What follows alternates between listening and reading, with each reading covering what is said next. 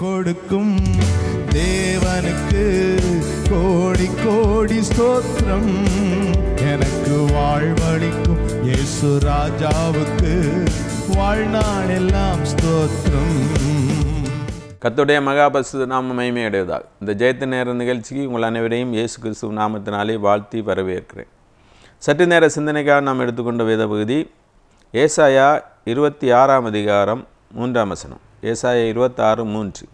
உம்மை உறுதியாய் பற்றி கொண்ட மனதை உடையவன் உம்மையே நம்பியிருக்கிறபடியால் நீர் அவனை பூரண சமாதானத்துடனே காத்துக்கொள்வீர். ஜெபிப்போம். அன்புள்ள பரமபிதாவே, ஆசீர்வதிக்கப்பட்ட நல்ல வேலைக்காக சோதரிக்கிறோம். இந்த வேளையிலும் இந்த வார்த்தையின் மூலமாக எங்களோடு பேச வேணுமா ஜெபிக்கிறோம். ஒவ்வொரு இருதயத்துக்கும் தேவையான வார்த்தையை தேவன் தாமே பரலோகத்திலிருந்து தந்தல்ல வேணுமா ஜெபிக்கிறோம்.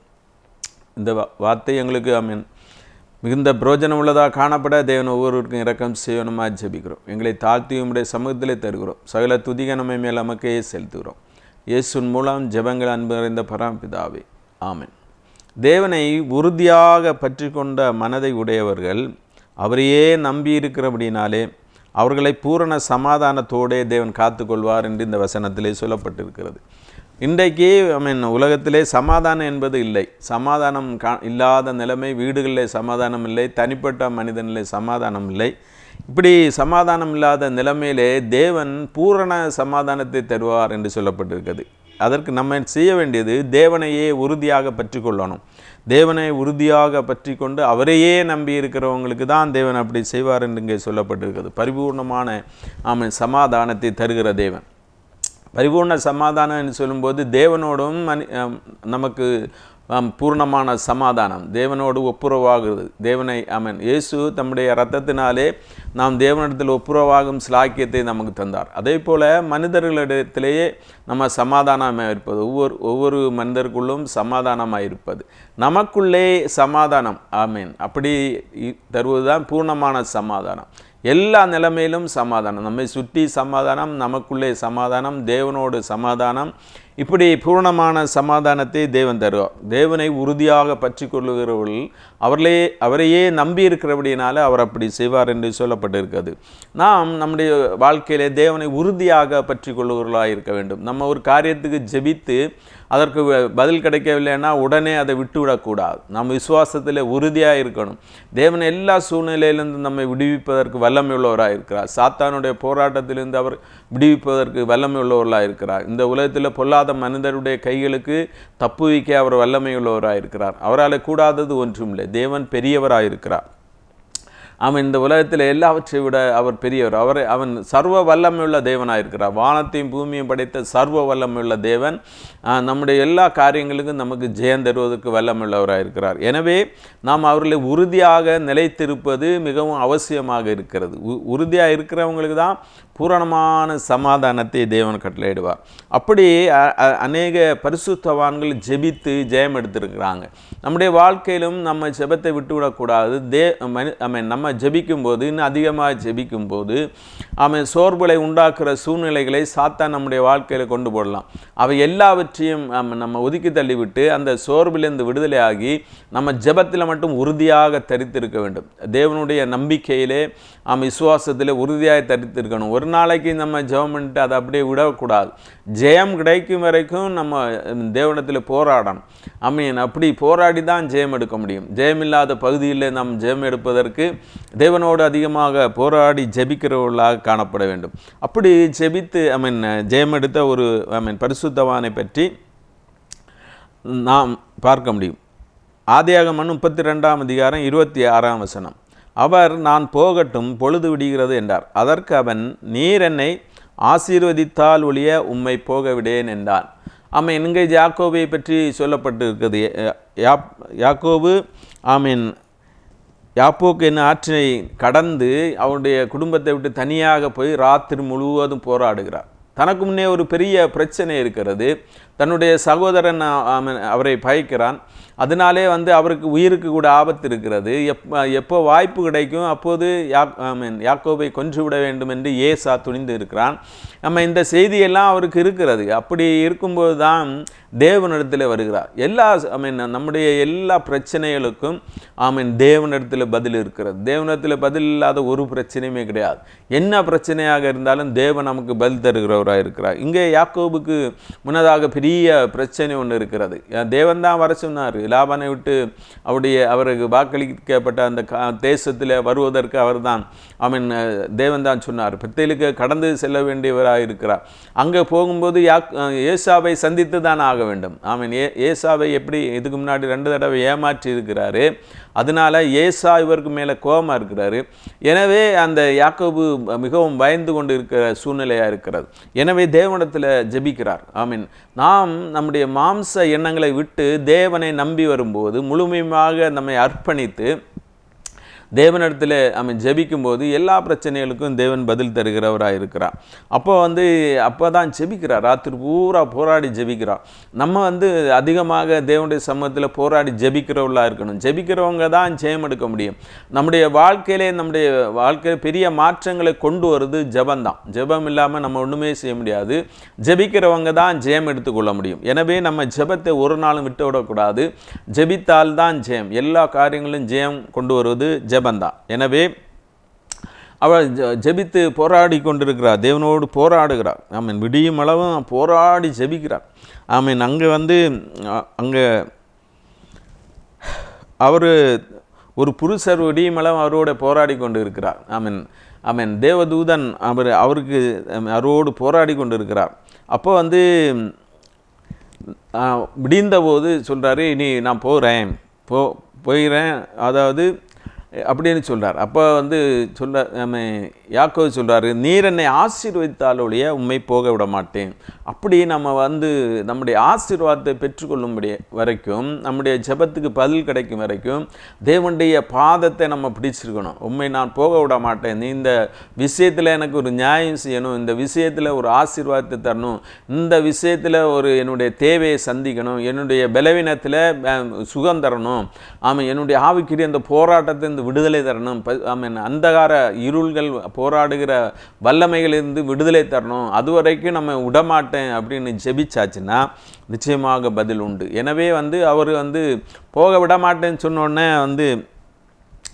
அதாவது இனி உடனே அவர் அவரை ஆசீர்வதிக்கிறார். இனி போக விட மாட்டேன், எப்படியாவது தேவனிடத்திலிருந்து ஆசீர்வாதத்தை விடணும், இயேசுவை விட்டு விடக்கூடாது.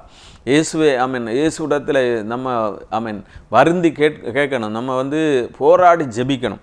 ஜெபிக்கும்போது தான் நம்முடைய வாழ்க்கை மாறும். அப்போ தான் இஸ்ரவேல் உன்னுடைய பேர் நீ யாக்கோபு எனப்படாது, உன்னுடைய பேர்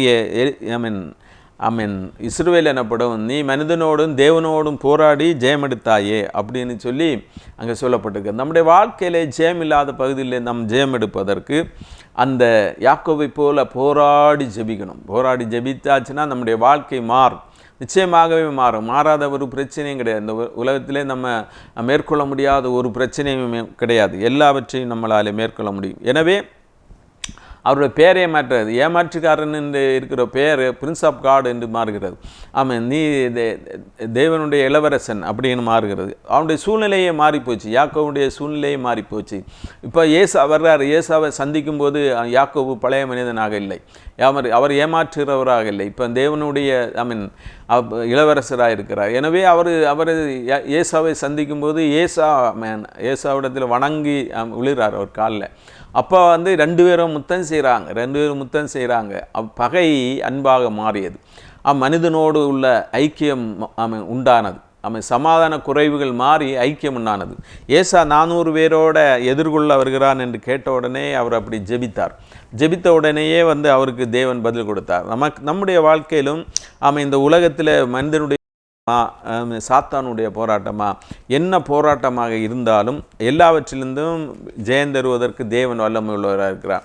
நம்மை தேவனுடைய சமூகத்திலே முற்றிலுமாக அர்ப்பணிப்பது மிகவும் அவசியமாக இருக்கிறது. நம்ம தேவனுடைய சமூகத்தில் வந்தால் தான் ஜெயம் எடுக்க முடியும். நம்ம தேவனுடைய சமூகத்தில் தேவனோடு இருந்து தேவனுடைய வல்லமையை பெற்றுக்கொண்டு அதிலிருந்து ஜெயம் எடுக்க முடியும். சாத்தானை நம்ம ஜெயிக்க முடியும். மனிதர்களுடைய போராட்டத்திலிருந்து நாம் விடுபட முடியும். ஒருவனுடைய வழிகள் தேவனுக்கு பிரியமாக இருந்தால் அவனுடைய சத்துருக்களும் அவனோடு சமாதானமாகும்படி செய்வார்னு சொல்லப்படுகிறது. அப்படி யாக்கோவுடைய வாழ்க்கை மாறின போது, யாக்கோவுடைய ஆவிக்குரிய வாழ்க்கையில் மாற்றம் உண்டான போது, மாம்ச எண்ணங்கள் மாறி மற்றவங்களை ஏமாற்றணும் என்கிற எண்ணம் மாறின போது, புதிய மனிதனாக தன்னை அர்ப்பணித்த போது யாக்கோவுடைய வாழ்க்கையில் பெரிய மாற்றம், பெரிய ஆசீர்வாதம் உண்டானது. இந்த உலகத்தில் நமக்கு என்ன ஆசீர்வாதம் இருந்தாலும் தேவனுடைய ஆசீர்வாதம் தான் நமக்கு பெரியதாக இருக்கிறது. கர்த்தருடைய ஆசீர்வாதமே ஐஸ்வர்யத்தை தரும், அதனோடு வேதனை கூட்டார். நம்முடைய ஐஸ்வர்யமும் தேவனிடத்திலிருந்து தான் வரணும், எல்லாம் தேவனிடத்திலிருந்து தான் வரணும். அப்போ எல்லா ஆசீர்வாதங்களும் தேவனிடத்திலிருந்து வரணும். இப்போது யாக்கோபு ஆசீர்வதிக்கப்பட்டவராக அந்த இடத்திலிருந்து கடந்து சென்றார். நம்முடைய வாழ்க்கையில உறுதியாக நாம் தேவனை பற்றி கொள்ளும்போது, அவரையே சார்ந்திருக்கும்போது, இனி நான் அல்ல வாழ்வது இயேசுவே என்று அவரிடத்தில் ஒப்பு கொடுக்கும்போது அவர் நம்முடைய வாழ்க்கையை மாற்றுகிறவராக இருக்கிறார். இனி ஒரு சம்பவம், மத்தேயு 15:22. அப்பொழுது அந்த திசைகளில் குடியிருக்கிற கானானிய ஸ்திரீ ஒருத்தியை அவரிடத்தில் வந்து, ஆண்டவரே, தாவீதின் குமாரனே, எனக்கு இரங்கும், என் மகள் பிசாசினால் கொடிய வேதனைப்படுகிறாள் என்று சொல்லி கூப்பிட்டான். இங்கே ஒரு பிசாசு பிடித்த மகளை அந்த கானானிய ஸ்திரீ இயேசுவிடத்தில் கொண்டு வருகிறார். எனக்கு இறங்கணும், நீங்கள் ஒரு வார்த்தை சொன்னால் போதும், அப்போ என்னுடைய பிள்ளைக்கு சுகம் உண்டாகும், நீங்கள் எப்படியாவது இறங்கி எனக்கு சுகம் உண்டாகணும். இயேசு ஒரு வார்த்தை கூட சொல்லலை. இயேசு மற்றவங்க வந்தாச்சுன்னா என்ன அவங்கள்ட்ட கேட்டு உடனே பதில் தருகிற தேவன். இங்கே இந்த கானானிய ஸ்திரீ சொன்ன உடனே இயேசு ஒரு வார்த்தையுமே சொல்லலை. சொல்லாத உடனே எல்லாரும் சொல்கிறாங்க, அவங்க சீசர்கள் எல்லாம் சொல்கிறாங்க, இவளை அனுப்பிவிடும் என்று அவரை வேண்டிக் கொண்டார்கள். அவள் இயேசு சொல்கிறார், காணாமல் போன ஆடுகளாகிய இஸ்ரவேல் வீட்டாரத்தில் அனுப்பப்பட்டேனே அன்றி மற்றபடி அல்ல என்றார். காணாமல் போன இஸ்ரவேல் வீட்டாரத்தில் அனுப்பப்பட்டிருக்கிறேன், மற்றபடி இல்லைன்னு சொன்னார். இப்போது நாம் தேவனிடத்தில் நன்மைகளை பெற்றுக்கொள்வதற்கு நம்முடையத்தில் இருக்கிற குறைகளை நாம் களைய வேண்டும். நம்மிடத்தில் உள்ள பாவத்தை விட்டு ஒளிந்து வர வேண்டும். கானானிய சுபாவம் நம்ம அதை விட்டு வர வேண்டும். பாவத்தை விட்டு வர வேண்டும். பாவத்தை விட்டு வரும்போது தான் தேவன் நமக்கு விடுதலை தர முடியும். தேவனிடத்தில் நன்மைகளை பெற்றுக்கொள்வதற்கு நாம் பாவத்தோடு இருக்கும்போது பெற்றுக்கொள்ள முடியாது. தன் பாவங்களை மறைக்கிறவன் வாழ்வடைய மாட்டான், அவற்றை அறிக்கை செய்து விட்டு விடுகிறவனை இரக்கம் பெறுவான். நம்ம உறுதியாக இருக்கணும், தேவனிடத்தில் உறுதியாக இருக்கணும். அதே வேளையில் நம்முடைய பாவங்களை அறிக்கையிட்டு தேவனிடத்தில் சமாதானம் ஆகிக்கொள்ளணும், தேவனிடத்தில் ஒப்புரவாகணும். நம்முடைய பாவத்தை அறிக்கையிட்டு அவருடைய பாவ மன்னிப்பை பெற்றுக்கொள்ளணும். நம்முடைய பாவங்களை மறைக்கக்கூடாது. இந்த கானானிய ஸ்திரீயுடைய வாழ்க்கை பழைய வாழ்க்கையாக இருக்கிறது, கானானிய வாழ்க்கை. அந்த வாழ்க்கை தேவனுக்கு பிரியமான வாழ்க்கை இல்லை. நம்ம அந்த வாழ்க்கையிலிருந்து வெளியே வர வேண்டும். அப்போ தான் தேவன் விடுதலை தர முடியும். நம்முடைய வாழ்க்கையில் பிசாசுடைய போராட்டம் இருக்கிறதுனா பாவம் ஒரு காரணமாக இருக்கலாம். எனவே பாவத்தை விட்டு நம்ம வெளியே வரணும். பாவமான சுபாவங்களை விட்டு நம்ம வெளியே வரணும். உலக இச்சைகளை விட்டு வெளியே வரணும். கானானிய இச்சைகளை விட்டு வெளியே வரணும்.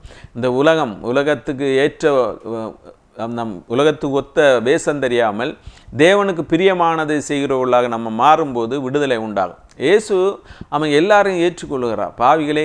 பாவிகளின் சிநேகிதன் என்று அழைக்கப்பட்டார்.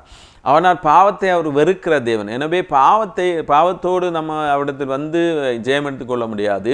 பாவத்தை அறிக்கை இடுகிறவர்கள் தான் அவன் ஜெயம் தர முடியும். எனவே அவங்க வந்தோடனே அப்படி சொன்னோடனே அந்த அவள் அந்த 25ஆம் வசனம், அவள் ஆண்டவரே எனக்கு உதவி செய்யும் என்று சொல்லி அவளை பணிந்து கொண்டாள். அப்போ திரும்ப இயேசு சொல்கிறார், பிள்ளைகளின் அப்பத்தை எடுத்து நாய்க்குட்டிகளுக்கு போடுகிறது நல்லதல்ல. அப்போ அவளுக்குள்ளே பாவம் இருக்கிறது, நாய்க்குட்டியினுடைய அனுபவம் இருக்கிறது. அந்த அனுபவத்தை மாறுவதற்காக தான் இயேசு அவளத்தில் சொன்னார். அப்போ சொல்கிறார், மெய்தான் ஆண்டவரே, ஆகிலும் நாய்க்குட்டிகள் தங்களை எஜமான் மேஜையிலிருந்து விழும் துணிக்கைகளை தின்னுமே அப்படின்னு சொல்கிறார். விசுவாசம் அவள் எப்படியும் தேவனை விடக்கூடாது. இயேசு இடத்திலிருந்து தான் விடுதலை பெற்றுக்கொள்ள முடியும். அவள் இந்த உலகம் முழுவதிலும் தேடி இருப்பா. எப்படியாவது ஒரு விடுதலை கிடைக்குமா, என்னுடைய மகள் விடுதலை அடைவாளா, அநேக இடத்துல போயிருப்பா. இந்த உலக பிரகாரமான என்னென்ன காரியங்கள் செய்ய முடியுமோ எல்லாவற்றையும் செஞ்சிருப்பாள். ஆனால் தன்னுடைய மகளுக்கு விடுதலை கிடைக்க முடியல. இயேசுவால் மட்டும்தான் முடியும். அப்படி என்கிற ஒரே தீர்மானம் தீர்மானத்தோடு உறுதியாய் கர்த்தரை உறுதியாக பற்றி கொள்ளுகிறவர்கள் அவரையே நம்பியிருக்கிறபடினால் அவங்களுக்கு பூர்ண சமாதானம். இந்த பிசாசினாலே இந்த குடும்பத்திலே சமாதானம் கிடையாது, இந்த பிள்ளைக்கு சமாதானம் கிடையாது, இந்த அம்மாவுக்கு சமாதானம் கிடையாது, இவங்களை சார்ந்தவங்களுக்கு சமாதானம் கிடையாது. அப்படி ஒரு சமாதானம் இல்லாத நிலைமையில் அவங்க இருக்கும்போது இயேசுவிடத்தில் தன்னை தாழ்த்துகிறார், தன்னுடைய பாவங்களை அறிக்கை எடுக்கிறார். அப்படி தன்னை தாழ்த்துகிற இவனும் உயர்த்தப்படுவான் அப்படின்னு வேதம் சொல்லுகிறது. நாம் தேவனிடத்தில் நன்மையை பெற்றுக்கொள்வதற்கு நம்மை உயர்த்தினால் ஒன்றுமே நடக்காது. நம்மை மிகவும் தாழ்த்தி தேவனுடைய சமூகத்தில் வரணும். அந்த அம்மா என்ன செய்கிறாங்கன்னா, அவங்க அவர் இயேசுவை முதல்ல பணிந்து கொள்கிறாங்க, தன்னை தாழ்த்தி வார்த்தைகளை சொல்கிறாங்க. நம்முடைய வார்த்தை மிகவும் வல்லமை உள்ளதாக இருக்கிறது. வார்த்தை வல்லமை உள்ளதாக இருக்குது. மரணமும் ஜீவனும் நாவின் அதிகாரத்திலே இருக்கிறது. அவர் சொல்கிறா, மெய்தான் ஆண்டவரே, ஆகிலும் நாய்க்குட்டிகள் தங்கள் எஜமான்களின் மேஜையிலிருந்து விழும் துணிக்கையை தின்னுமே என்றார். அப்போ தன்னை ஒரு நாய்க்குட்டி அளவுக்கு தாழ்த்திட்டான். தாழ்த்தி இயேசுவிடத்தில் சொன்ன இயேசு சொன்னார், ஸ்திரீயே உன் விசுவாசம் பெரிது, நீ விரும்புகிறபடி உனக்கு ஆக கடவுது என்றார். அந்நேரமே அவள் மகள் ஆரோக்கியமானாள். இயேசுவை விடாமல் பிடிக்கிறது. ஜெபிச்ச உடனேயே விடுதலை தரல. இயேசு காணாதது போல இருந்தார், கேட்காத மாதிரி இருந்தார். சில நேரம் நமக்கு ஜெபித்தோன்னா ஜெபத்துக்கு ஒரு பதிலுமே வராமல் இருந்தாலும் நம்ம ஜெபிக்கணும், ஜெபித்து கொண்டே இருக்கணும், அது விடாமல் ஜெபிக்கணும். சாத்தான் பல தடைகளை கொண்டு போடுவான். அவன் காலத்தை நீட்டி நம்மை சோர்வு உண்டாக்குறது தான் சாத்தானுடைய வேலையாக இருக்கும். எனவே அதை தகர்த்தெறிவதற்கு இன்னும் அதிகமாக ஜெபிக்கணும், இன்னும் அதிகமாக தாழ்த்தி ஜெபிக்கணும். என்ன குறைகள் இருக்கிறது என்பதை உணர்ந்து அந்த குறைகளை அறிக்கையிட்டு ஜெபிக்கணும். அப்படி ஜெபிக்கும்போது தேவன் சீக்கிரமாக நமக்கு பலி தருகிறவராக இருக்கிறார். எனவே அந்த கானானிய ஸ்திரீ தன்னை தாழ்த்தி தேவனுடைய சமூகத்தில் பணிந்து கொண்ட போது அவளுடைய மகள் உடனே ஆரோக்கியமானார். இப்படி அநேகர் தேவனுடைய சமூகத்தில் விடுதலை அடைஞ்சிருக்காங்க. இன்றைக்கும் தேவன் நம்மை விடுவிப்பதற்கு வல்லமை உள்ளவராக இருக்கிறார். மனிதரோடு உள்ள போராட்டம் இருக்கிறதா, சாத்தானோடு உள்ள போராட்டம் இருக்கிறதா, எல்லாவற்றிலும் தேவன் நமக்கு விடுதலை தருவதற்கு வல்லமை உள்ளவராக இருக்கிறார். எனவே நம்ம சோர்ந்து போகக்கூடாது, நம்முடைய விசுவாசத்தை விட்டுவிடக்கூடாது. நம்மை அவரையே உறுதியாக பற்றி கொள்ளணும். அவரையே இன்றைக்கு நம்பணும், அவரையே விட்டுவிடக்கூடாது. அவர் தான் நம்முடைய கண்மலையாக இருக்கிறார். எனவே ஒவ்வொரு நாளும் நம்ம விசுவாசத்தில் உறுதியாக இருப்பது மிகவும் அவசியமாக இருக்கிறது. விசுவாசத்தில் உறுதியாக இருந்தால் தான் நன்மைகளை பெற்றுக்கொள்ள முடியும். அவரிடத்தில் நன்மைகளை பெற்றுக்கொள்வதற்கு நாம் விசுவாசத்தில் உறுதி உள்ளவங்களாக இருக்கணும். ஜெபத்தில் உறுதியாய் தரித்திருங்கள் என்று சொல்லப்படுகிறது. ஜெபத்தில் உறுதியாய் தரித்து கொள்ளுகிறவர்களாக இருக்கணும். இப்படி அநேகர் உறுதியாக பெற்றுக்கொண்டதுனால நன்மைகளை பெற்றுக்கொண்டவங்க இருக்கிறாங்க. 2 ராஜாக்கள் 2ஆம் அதிகாரம் 2ஆம் வசனம்.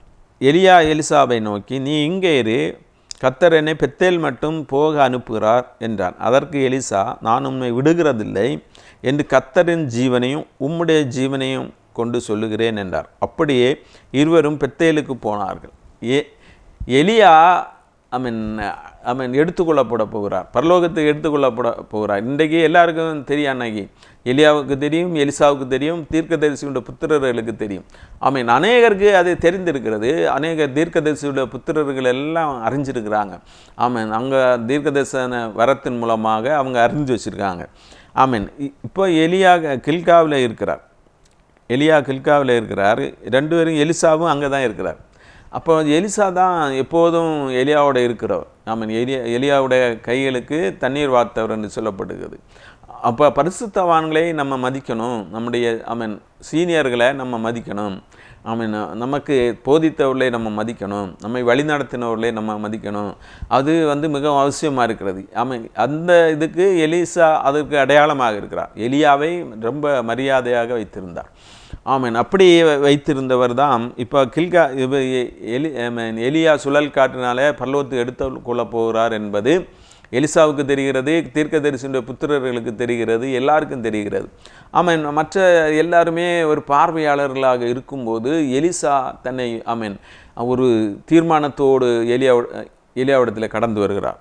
என்ன தீர்மானம்னா, எலியாவை விடக்கூடாது, எலியாவை விட்டு எங்கேயுமே போகக்கூடாது. அப்போ முதல்ல கில்காலில் இருக்கிறாரு, கில்காலுக்கு போகிறாரு. அடுத்து எலியா சொல்கிறாரு, தேவன் என்னை பெத்தேல் மட்டும் போக சொல்கிறாரு, நீங்கள் இரு நான் போகிறேன். நான் விட மாட்டேன், நீ இங்கே போனாலும் அங்கே வருவேன் அப்படின்னார்.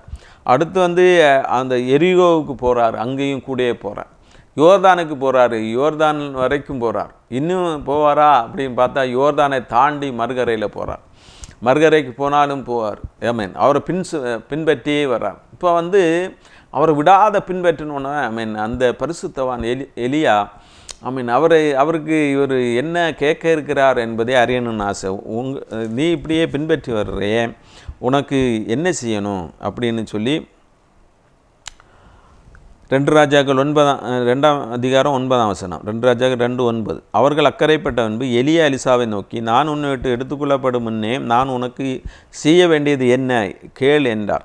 அதற்கு எலிசா, உம்மிடத்தில் உள்ள ஆவியின் வரம் எனக்கு இரட்டிப்பாக கிடைக்க வேண்டுகிறேன் என்றார். இரட்டிப்பான வரம் எனக்கு வேணும். அதுதான் ஆவிக்குரிய நன்மைகளை நம்ம நாடணும். தேவனிடத்தில் ஆவிக்குரிய நன்மைகளை நாடணும். இழந்து போனவர்கள், ஆவிக்குரிய நன்மைகளை இழந்து போனவர்கள், அந்த வல்லமை எனக்கு இரட்டிப்பாக வேணும்னு கேட்கணும். எலியாவை பார்த்துருக்கிறார். எலியாவை பார்த்து எலிசா அநேக நேரங்களில் வியந்திருக்கிறார். எலியா செய்த காரியங்களை எல்லாம் பார்த்து வியந்திருக்கிறார்.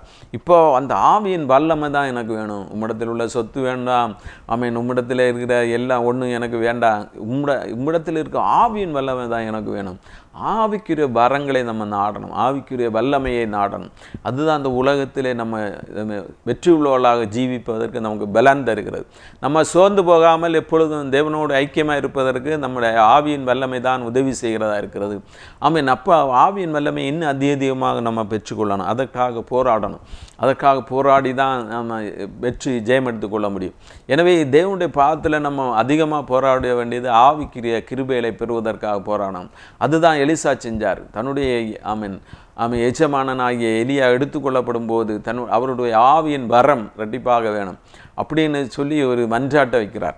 அப்போ வந்து அவர் எங்கே போனாலும் அவரை பின்தொடர்ந்து போகிறார். அவ்வளோ வைராக்கியத்தோடு எப்படி இருந்தாலும் அந்த ஆவியின் வரத்தை நம்ம பெற்றுக்கொள்ளணும். அதுபோக எலியா மகிமையாக பரலோகத்துக்கு எடுத்துக்கொள்ளப்படுகிறத பார்க்கணும் அப்படின்னு சொன்னார். எங்கே போனாலும் இவர் கில்காலு, பெத்தேலு, எரிகோ, யோர்தான் தீர்க்கதரிசியுடைய புத்திரர்கள் இருக்கிறாங்க. அவங்க கேட்குறாங்க, இன்றைக்கு எலியா சுழல் காற்றில் எடுத்துக்கொள்ளப்படுவார் என்பது உங்களுக்கு தெரியுமா? ஆமாம் எனக்கு தெரியும், இங்கே சும்மா இருங்கன்னு சொன்னார். அவங்க யாரும் அது நாடலை, அவங்க அப்படியே இருந்தாங்க. இவர் எரிகோ தாண்டி அங்கே போய் நிற்கும்போது தான் எலிசா கேட்டார். எலிசாவிடத்தில் கேட்டார், என்ன செய்யணும், எதுக்கு வேண்டி இப்படி வார அப்படின்னு கேட்டபோது, உம்முடைய ஆவியின் வரம் எனக்கு இரட்டிப்பாக வேணும்னு சொன்னோன்னே நீ நான் எடுத்துக்கொள்வதை பார்த்தீங்கன்னா அது கிடைக்கும், இல்லைன்னா கிடைக்காதுன்னாரு. எடுத்துக்கொள்வது வரைக்கும் அவர் அலர்ட்டாக இருந்து அவர் எடுத்துக்கொள்வதை பார்த்தார். எலியாவின் மேல் இருந்த சால்வை கீழே விழுந்தது. அதை எடுத்தார். அவருடைய ஆவியின் வல்லமை இரட்டிப்பாக இடத்துல வந்தது. அவருடைய ஊழியத்தினுடைய தன்மையை மாறினது. இந்த வார்த்தையை கேட்டுக்கொண்டு இருக்கிற நமக்கு தேவன் சொல்லுகிறது, ஆவிக்கிற வல்லமையிலே நம்ம நாடணும், தேடணும். அதுக்காக தான் அதிகமாக போராடணும். தேவனிடத்தில் வல்லமையை பெற்று ஜெயமுள்ள ஊழியங்களை செய்வதற்கு தேவன் தம்முடைய வல்லமை தருவதற்கு அவர் இரக்கமுள்ளவராக இருக்கிறார்.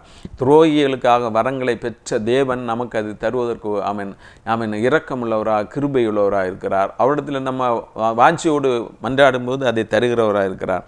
எனவே அந்த வாஞ்சியோடு அதை தேடி நாம் பெற்றுக்கொள்ளுகிறவர்களாக இருக்கணும். இங்கே அவருக்கு இரட்டிப்பான வல்லமை கிடைத்தது. எலியா போகும்போது எலியா யோர்தானை அந்த கடந்து போனார் சால்வை அடித்து. அதே மாதிரி எலியாவின் தேவன் எங்கேன்னு சொல்லி அந்த சால்வை அடித்து அவர் திரும்பி வந்தார். எலிசா எல்லாரும் பார்க்குறாங்க, ஆச்சரியமாக இருக்கிறது. இப்படி நம்ம உறுதியாக தேவனத்தில் பற்றி கொண்டு இருக்கும்போது தேவனுடைய ஆசீர்வாதங்களை பெற்றுக்கொள்ள முடியும். யாக்கோபு போராடி ஜெபித்ததினாலே அவருடைய சகோதரத்திலே சமாதானம் உண்டாயிற்று. அவருடைய வாழ்க்கை ஆசீர்வாதமாக மாறினது. அந்த கானானிய ஸ்திரீ இயேசுவிடத்திலே போராடி ஜெபித்ததினாலே அவருடைய மகளுக்கு பரிபூர்ணமான சுகம் உண்டாயிற்று. எலிசா விடாப்பிடியாக தன்னுடைய எஜமானனாகிய எலியாவை பின்தொடர்ந்ததுனால ஆவியின் வரம் இரட்டிப்பாக கிடைத்தது. நம்ம இயேசுவை பின்பற்றுவோம். இயேசுதான் நமக்கு எஜமானாக இருக்கிறார். அவரை பின்பற்றும் போது ஆவியின் வல்லமையை அதிகமாக அவர் நமக்கு தருகிறவராக இருக்கிறார். வசனம் சொல்லுகிறது, உம்மை உறுதியாய் பற்றி கொண்ட மனதையுடையவன் உண்மையே நம்பி இருக்கிறபடியார் நீர் அவனை பூரண சமாதானத்துடன் காத்து கொள்வீர் என்று சொல்லுகிறது. நம்ம பூரண சமாதானம் அடைவதற்கு, பூரணமுள்ளவர்களாக மாறுவதற்கு தேவன் தம்முடைய ஆவியின் வல்லமை தருகிறவராக இருக்கிறார். எனவே தேவனிடத்தில் விடாப்பிடியாக உறுதியாக பற்றி கொண்டு அவரை பின்பற்றுவோம், அவரிடத்தில் ஜெபிப்போம், போராடி ஜெபிப்போம். தேவன் எல்லா ஆசீர்வாதங்களையும் தருகிறவராக இருக்கிறார். ஒரு பாடல் பாடலாம். உறுதியாய் பற்றி கொண்டோம், உம்மையே நம்பி உள்ளோம். உறுதியாய் பற்றி கொண்டோம், உம்மையே நம்பி உள்ளோம். பூரண சமாதானம், பூரண சமாதானம் பூபிதனில் தருபவரே, தினமும் பூபிதனில் தருபவரே. புதிய பாடல் பாடி பாடி இயேசு ராஜாவை கொண்டாடுவோம். புகழ்ந்து பாடல் பாடி பாடி இயேசு ராஜாவை கொண்டாடுவோம். புதிய பாடல் பாடி பாடி இயேசு ராஜாவை கொண்டாடுவோம். புகழ்ந்து பாடி பாடி இயேசு ராஜாவை கொண்டாடுவோம். கூப்பிட்டேன் பதில் வந்தது, குறைவெல்லாம் நிறைவானது. கூப்பிட்டேன் பதில் வந்தது, குறைவெல்லாம் நிறைவானது. மகிமையின் ராஜா அவர், மகிமையின் ராஜா அவர், மகத்துவமானவரே, இயேசு மகத்துவமானவரே. புதிய பாடல் பாடி பாடி இயேசு ராஜாவை கொண்டாடுவோம். புகழ்ந்து பாடி பாடி இயேசு ராஜாவை கொண்டாடுவோம். அதிசயமானவரே, ஆலோசனை கர்த்தரே, அதிசயமானவரே, ஆலோசனை கர்த்தரே. வல்லமையுள்ள தேவா, வல்லமையுள்ள தேவா, வரங்களின் மன்னவனே, எல்லா வரங்களின் மன்னவனே. புதிய பாடல் பாடி பாடி இயேசு ராஜாவை கொண்டாடுவோம். புகழ்ந்து பாடல் பாடி பாடி இயேசு ராஜாவை கொண்டாடுவோம். புதிய பாடல் பாடி பாடி இயேசு ராஜாவை கொண்டாடுவோம். புகழ்ந்து பாடல் பாடி பாடி இயேசு ராஜாவை கொண்டாடுவோம். ஜெபிப்போம். அன்புங்கிருவை இறக்கும் நிறைந்தங்கள் அருமை பிதாவே, ஆசீர்வதிக்கப்பட்ட நல்ல வேலைக்கு ஆமை சோதரிக்கிறோம், துதிக்கிறோம். நல்ல வேலையிலே கர்த்தாவுடைய சமூகத்தில் வந்து உடைய வேதத்தை தியானிக்க தந்த கிருபைகளுக்கு ஆமை சோதரிக்கிறோம். ஆமீன். ஆண்டவரே, நாங்கள் உண்மை உறுதியாக பற்றி கொண்டு எல்லாவற்றையும் பெற்றுக்கொள்ள தேவன் இறக்கம் செய்யணுமா ஜெபிக்கிறோம்.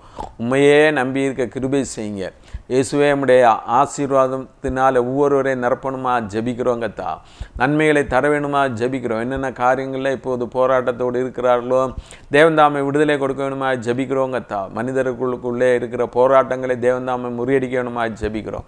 சமாதானத்தை உண்டு பண்ண வேணுமா ஜெபிக்கிறோம். கர்த்தா, நீதாமை பூரண சமாதானத்தை கட்டளையிடுவேன்னு சொன்னீங்களே, நீதாமை பூர்ணமான சமாதானத்தை கட்டளையிட வேணுமா ஜெபிக்கிறோம். சாத்தானுடைய போராட்டங்கள் விடுதலை கட்டளையிட வேணுமா ஜெபிக்கிறோம். கர்த்தா, இயேசுதாமே ஆமீன் வல்லமையுள்ள தெய்வமாக இருக்கக்கூடிய ஆளுமை சோதரிக்கிறோம், துதிக்கிறோம். கர்த்தா, ஆமீன். ஹல்லேலூயா. கிருபையுள்ளவரே மை சோத்திரம். பிதாவோடு எங்களுக்கு ஐக்கியத்தை உண்டு பண்ணினவரே மை சோத்தரிக்கிறோம்.